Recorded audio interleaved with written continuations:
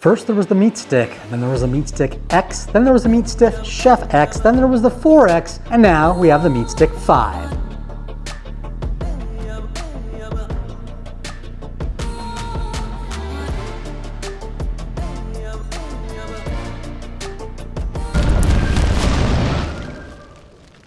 Thanks for joining my YouTube channel. I hope you like and subscribe. Make sure you hit the notification bell so you don't miss my video reviews on all things culinary. And today I am digging in again to the thermometers. I've done quite a few thermometer reviews for many companies. You'll see those on my channel. And today I was sent the MeatStick 5. Full disclosure, they did send this to me, but they're not paying for this review, and everything I say is of my own volition, whether they like it or not. So let's get started and do the unboxing. I've used the MeatStick X for many years, and I've been watching the evolution as they've come along. The first generation definitely had its share of problems. We had drop signal, there was issues with the app, and like all other companies, as the company evolved, things got better and better. And I think that the MeatStick Chef X and 4X really were at the point that it was a really good product. Now, some people said they still had some problems with dropping and also with heat because temperature on a grill gets very hot. Most ranges go up to the 900 degree range. If you're right over direct fire, you can get even hotter if you're putting it right down against that charcoal close to 1,000 degrees. So most thermometers that I tested would actually blow out. You set it down, if it hit 670 degrees, I think 572 was like the big number that people hit, that if it lasted 572 degrees, that was kind of the standard. Then it went up and up and up. And now a lot of thermometer companies are advertising 1,000 degrees, and they claim this will take heat up to 1,200 degrees. It is the highest temperature I've seen advertised among all the newest thermometers that are on the market that are wireless.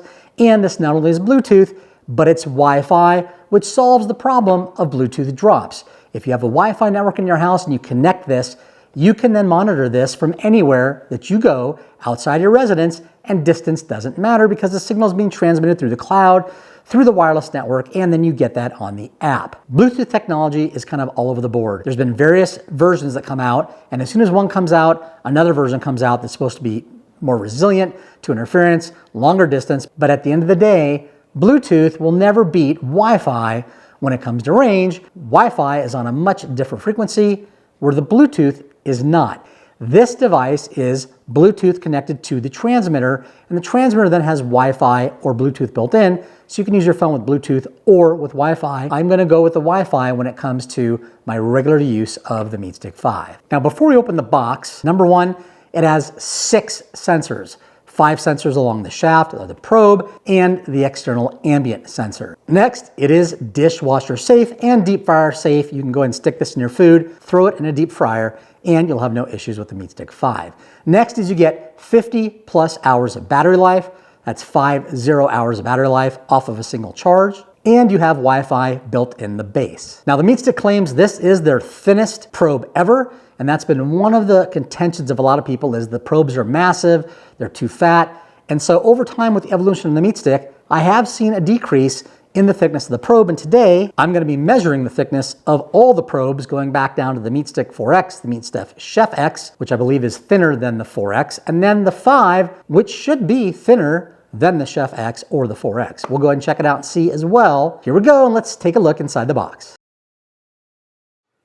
Now, the first thing you want to do is you want to plug in the USB charger cable that is provided, charge the unit up, and then you want to scan and download the app on your phone. When you download the app, a message is going to pop up and ask if you want to register your MeatStick. Go ahead and press yes. It says the extender is up and running to keep the MeatStick near your extender as we go through the process. You can click never show this again, and then go ahead and click the OK. It tells you to make sure that your stick is clean. Always make sure the end of this probe looks just like this. This is the ambient sensor. We want to make sure that there's no disruption to the temperature measurement. Then it shows you how to place the sensor and your extender next to your barbecue. And if you're using Bluetooth, it gets up to 900 feet of distance away from the device so you can monitor your temperatures using the Bluetooth on your cell phone. Now it says it detected the base. Would you like to set the Wi-Fi up? We're going to go ahead and press yes. It's then going to ask you to sign up or sign in. And so I already have an account that I've used with my other MeatSticks. I'm going to go ahead and sign in. Now when you log in, it's going to fetch your cooks if you've actually cooked before with this. It's also going to pop up a message about the Wi-Fi extender, and we don't use that, so we're going to go ahead and skip this. And now your device is registered. This says it's MV3989. That is this stick. I have nothing else on, so 89 is the number for this meat stick. Now, before you get started, it'll pop up and most times it'll say there's a new firmware available. Let's go ahead and update the firmware. Go ahead and press the red firmware available right here. It then says it'll take about 3 to 5 minutes. Click you have read and understand, and it'll start your firmware update. Go ahead and set your phone down and just let it go for the next 3 to 5 minutes until it says the firmware update is complete. You'll notice it says initializing. Let that finish and go and put your phone down until the firmware update is fully completed. Now when the firmware update is complete, it's going to tell you to put the meat stick back on the charger and press the button to get it activated again. So we'll put this on. This is a really nice sleek holder. It's got a nice taper to it. And you just basically put this on. It's very clear that this open area is for this end and the narrow part with the 2 connection contacts is for this end. Stick it in, and there's actually a button right here on the end. You'll go ahead and press down and just wait. When you're done, it'll tell you that the firmware update is complete. Click the OK button, and then it's ready and says you can set up your cook. Now, once that was complete, it tells me, oh, your extender actually needs an update. So there's a second update you have to do. After you do the stick, you need to update the actual base. Go ahead and press the firmware update when you see that it's running an older version. It then says that the new version is available for the MeatStick 5 base. That's fantastic. Let's go ahead and get that started. And it tells you it'll take around 3 minutes. Go ahead and click the OK. Then it gives you a very important message that you need to wait 3 to 5 minutes until the update is completed. Press I have read and understand the instructions, then press next, and the countdown begins till your firmware update is going to start. It's waiting to press I have read and understand those instructions. No Wi-Fi bridge detected. That's fine. We don't have an actual separate bridge device. Now, while we're waiting for the firmware to update on the base of the MeatStick 5, let's go ahead and check out their claim that this is the thinnest MeatStick probe of all. First is the MeatStick 4X. I just heard a beep, said the firmware update's complete, but we're gonna keep going. So measuring the 4X, we're right at about 6 millimeters. And we're gonna go ahead and we're gonna check out the MeatStick Chef X. Now we're at 5.5 millimeters. So this is definitely thinner. The new MeatStick 5, we'll measure that, and it measures in at approximately 5 millimeters. So we went from 6, 5.5 to 5 millimeters, definitely the right direction. I like the fact this is actually a thinner probe, which really doesn't matter to me, but a lot of people really go crazy for these holes. So the thinner the probe, visually, they like the appearance when you take the stick out and you see that hole in the meat. And now our firmware update is complete. We'll continue and switch to your settings and make sure you have it on Fahrenheit for most people in the United States, or you can move it over to Celsius, and then you're ready to go and set your temperatures. There's settings for multi-graph view, so you can see all the sensors. So go ahead and make sure you go through all your settings and set it up to how you like. So we're gonna go ahead and kind of smoke, grill our tenderloin, but I'm gonna put it on smoke because we're gonna add some wood chunk to our charcoal. Got some wonderful charcoal, and then we're gonna go ahead and let that smoke for a while at around 235 to 250 degrees. As the pork selection, we'll pick pork. And right down here at the bottom, you have pork tenderloin. We'll go ahead and select that. And for pork tenderloin, we have an ambient target of 225 degrees. If it goes over that, you'll get an alert. I'm gonna up that to about 250, 255. And then the finishing is at 145. I'm gonna go ahead and lower that down to 140 degrees because there's gonna be a carryover when this is done. To bring it up to 145, I don't wanna overcook the pork. I want it just about medium rare. And then you can adjust your temp alerts, which we're not gonna bother with. Then you can click next down below. It says we're almost there. Now you need to insert the probe correctly. Now, this has a line that is right here. You need to make sure it's inserted all the way up to this line. That's gonna protect these sensors. It's also gonna make sure the sensors are in the meat, so you have those 5 sensors to detect the range and let the algorithm do its thing to tell you when the meat is gonna be done. So we're gonna take our pork tenderloin and we're gonna insert the meat stick all the way in at the end and go in towards the center, just like so. So we put the meat stick in all the way like so. It is sticking out the end, but you can see the probe is fully inserted into the meat. Once that's done, we're gonna put start cooking and put it out on the smoker. Now that our charcoal's ready, we're going to start cooking. Internal temperature of this pork tenderloin is 52 degrees. We took it out of the refrigerator, it was at about 39 to 40. We're now in a good range. We're gonna go ahead and take it out on the smoker. The one thing you can see is you have multiple sensors in there that are now indicating on this graph, and you'll be able to watch that and track it as you go along your cook. Here I have my PK360 smoker / barbecue set up. You see the blue light flashing there on the MeatStick 5 base. We've got our wood on there chunk with our charcoal for our smoke, and then we've got our tenderloin ready to go. Now tonight I'm doing a medley of onions, potatoes, and mushrooms. I'm gonna use some of my Pinot Noir. This is a Williams Cellium 2014, and I'm gonna have this with my pork. But I'm gonna make a little bit of a wine sauce. We're gonna go ahead and cook this in, season it up. It's gonna be absolutely delicious, and it's a perfect side for pork tenderloin. Now that I'm cooking, let's point out a few things here on the MeatStick app. This shows that I'm at 264 degrees. I want it to be around 250-ish. I'm not really worried about it. It's gonna be just fine. Now my probes go from 82 to 88. And what the algorithm does is it's averaging this out, and it's showing me that my temperature right now is 82 degrees. And here at the end, you can see 264 degrees for the ambient temperature. I've got that wood chunk on. It is smoking, but it technically is above the smoking temperature of that 225 degree range. And you can see that blue shading, that's actually the heat, the external sensor on the probe, and then all the different individual sensors that are here listed inside that big dark blue area. Now if you click detail temperature right there, it switches you over to this screen where you can see A, B, C, D, E, and S. And if you tap on those, it'll show you the actual precision point of that sensor and what the temperature is of that along the probe. You click A, you'll see this changes to 82. If you hit D, it shows 88. And you can see the probes here along the graph, how they're doing as far as temperature increases inside the meat. You'll notice it says ambient here. If you tap the word ambient, it takes you back to the detailed temperatures. So now we're gonna go ahead and finish prepping our food, and we'll talk a little bit more about the MeatStick as we go along. Now I'm just finishing up these cubed potatoes. We're gonna go ahead and stick these in the air fryer. And then we're also getting a pan going, and we're gonna then start our onions, and we're gonna throw in our mushrooms. We've got our wine, and while we get that going, we're gonna go ahead and get the pork off the smoker. We're getting close, not quite there yet. We're gonna bring it in and let it rest for about 5 to 7 minutes while this is finishing up on the stove. So I'm gonna go ahead and open the wine. Very critical part of this cook, by the way. Now for kids under 21, wine is very bad for you. Do not drink wine. It's not good. For adults, wine is very good and it's legal, but you have to be over 21 to drink it. That's my public service announcement.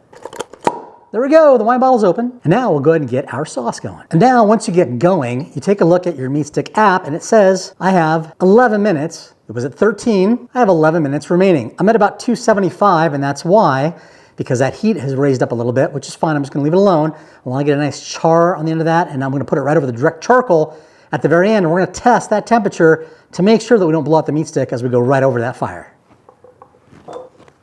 We're gonna hit this with some avocado oil. Avocado oil has high heat properties. It actually won't smoke. The lower temperatures like olive oil, and it's really healthy for you. We're going to take some of my Naughty with Barbecue rub. It is a fantastic rub, great for potatoes. I'm going to put this on here like so. Give this a mix up.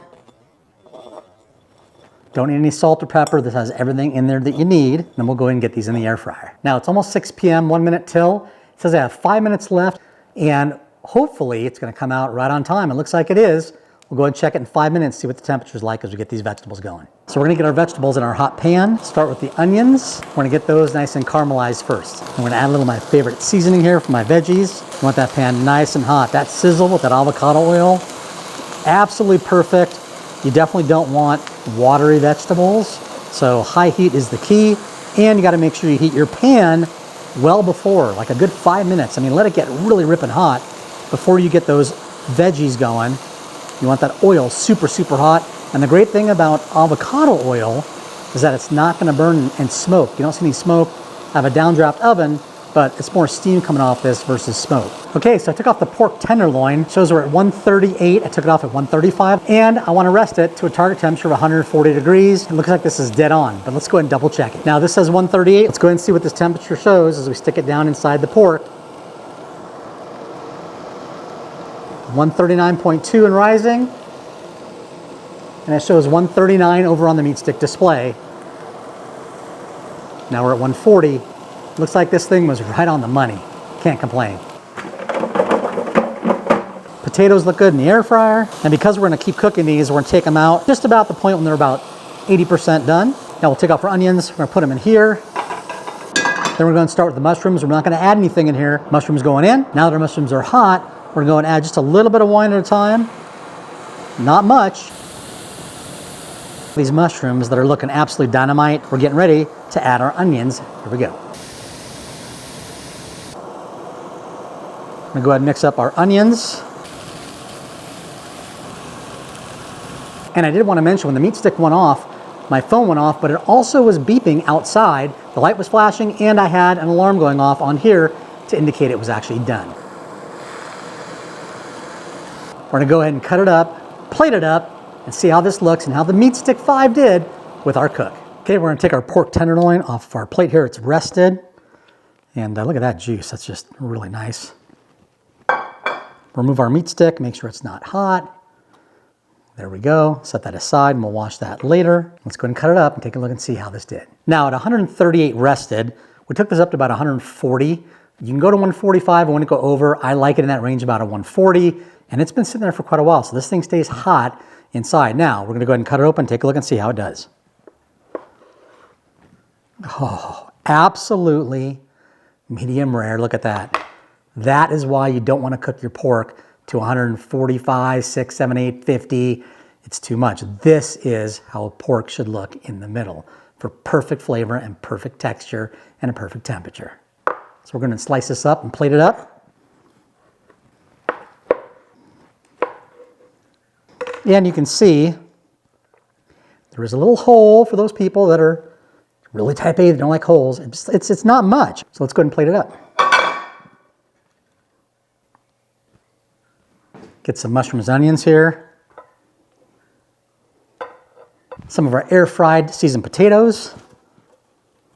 And there we go. Fantastic pork tenderloin cooked to perfection with the MeatStick V. And of course, we have to do the taste test. This pork is fantastic.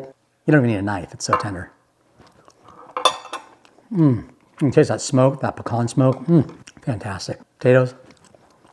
I love air fried potatoes. And our mushrooms and onions, can't forget those.